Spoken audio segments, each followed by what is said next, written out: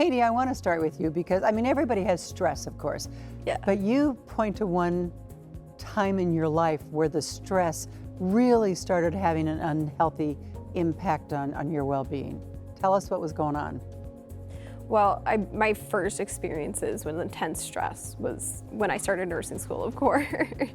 I just had very high expectations of myself going into it. It wasn't something necessarily that even my parents put me on, but it was just, I don't know where it came from necessarily, like I said, but that's really what put pressure on myself. And then I started experiencing like a lot of like anxiety, depression, and then it just kind of like escalated from there. If Snowballed? That makes sense. Yes, it definitely snowballed. So if she had come into your office, Lou, Right.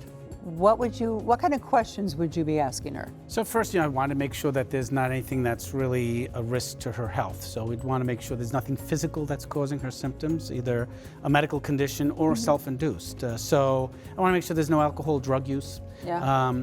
I'd also want to make sure that she's, if she truly has been diagnosed with depression or anxiety or hasn't been diagnosed, I'd want to make sure she doesn't have that there's not any other worrisome symptoms, hallucinations, suicidal thoughts, things like that. And I'd want to know how she's managing this, how much this stress is affecting her day-to-day life.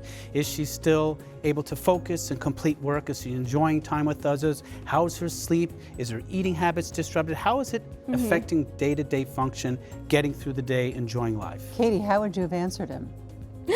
It was heavily affecting my day-to-day life, unfortunately. I mean, like with sleeping habits, I had a very difficult time falling asleep. I would just lay there hours and hours, you know.